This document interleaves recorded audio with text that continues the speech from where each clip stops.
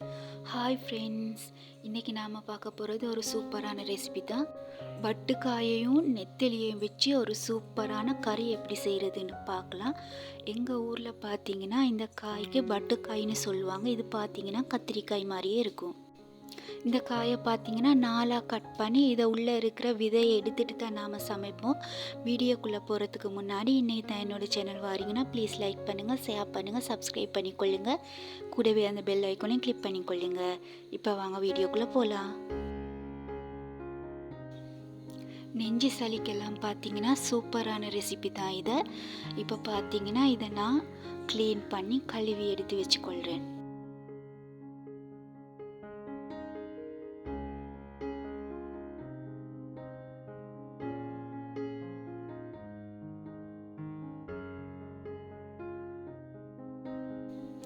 பாருங்க, இந்த மாதிரி 4ஆக வெட்டி விதையை எடுத்து சுத்தமாக கழுகி எடுத்து வச்சுக்கலாம். அப்புறமா பார்த்தீங்கன்னா நெத்திலேயே நாம் நல்லா கொதிச்ச தண்ணியில் கழுகி தலையை கிள்ளி ஓரம் எடுத்து வச்சுக்கலாம்.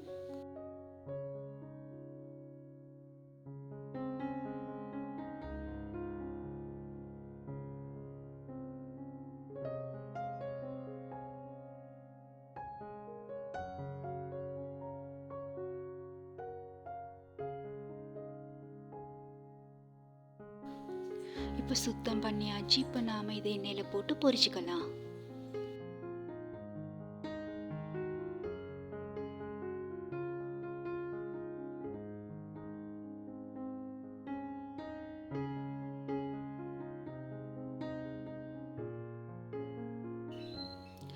மொறுன்னு வர மாதிரி நல்லா பொரிச்சு எடுத்துக்கொள்ளுங்க. இப்போ நாம் இதை இறக்கிக்கலாம்.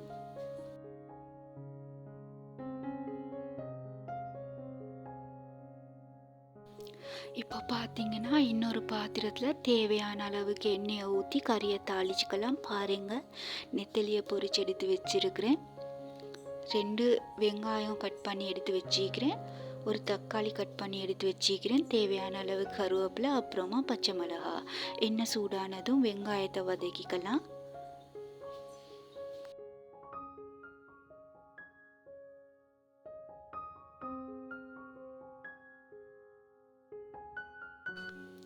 வெங்காயம் வதங்கினதும் அது கூட பச்சை மிளகா, கருவேப்பிலை 2யும் சேர்த்து வதக்கிக்கலாம்.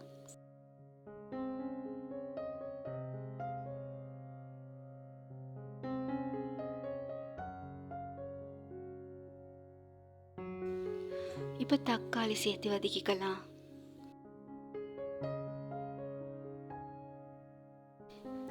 அப்புறமா அது கூட பட்டுக்காயை சேர்த்து கலந்து விட்டுக்கலாம்.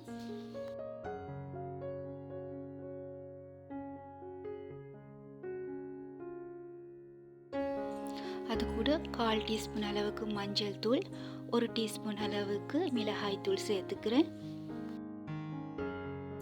அப்புறமா தேவையான அளவுக்கு உப்பு சேர்த்துக்கிறேன். உப்பு அவங்களோட டேஸ்ட்டுக்கு ஏற்ற மாதிரி சேர்த்துக்கொள்ளுங்க. இப்போ நாம் இதை கலந்து விட்டுக்கலாம். இப்போ 1/4 கப் அளவுக்கு தண்ணி சேர்த்துக்கிறேன். தண்ணி பார்த்தீங்கன்னா அதிகமாக சேர்க்க தேவையில்லை, இது சீக்கிரமாக வதங்கிடும்.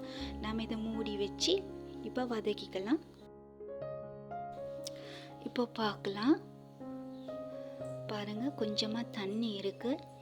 இந்த தண்ணி கொஞ்சமாக வற்றி வரட்டும். அப்புறமா இது கூட நம்ம பொரிச்ச நெத்தலியை சேர்த்துக்கலாம்.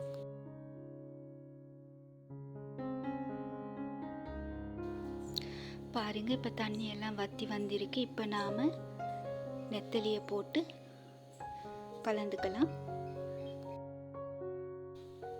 இப்போ பார்த்தீங்கன்னா பட்டுக்காயும் வெந்திருக்கு, நெத்தலியும் பொரிச்ச நெத்தலி தான். ஒரு 2-3 நிமிஷம் மூடி வச்சு இறக்கினாவே போதும். இப்போ பாருங்கள், சூப்பரான பட்டுக்காய் நெத்தலி கறி தயாராகிருச்சு. ஸ்ரீலங்கன் ஸ்டைலில் பட்டுக்காய் நெத்தலி கறி எப்படி செய்கிறதுன்னு பார்த்தீங்க. இந்த மாதிரி நீங்களும் செஞ்சு பார்த்து இப்படி இருக்குன்னு எனக்கு கமெண்ட்டில் சொல்லுங்கள். ஓகே ஃப்ரெண்ட்ஸ், நான் இன்னொரு வீடியோவில் சந்திக்கிறேன். பாய்.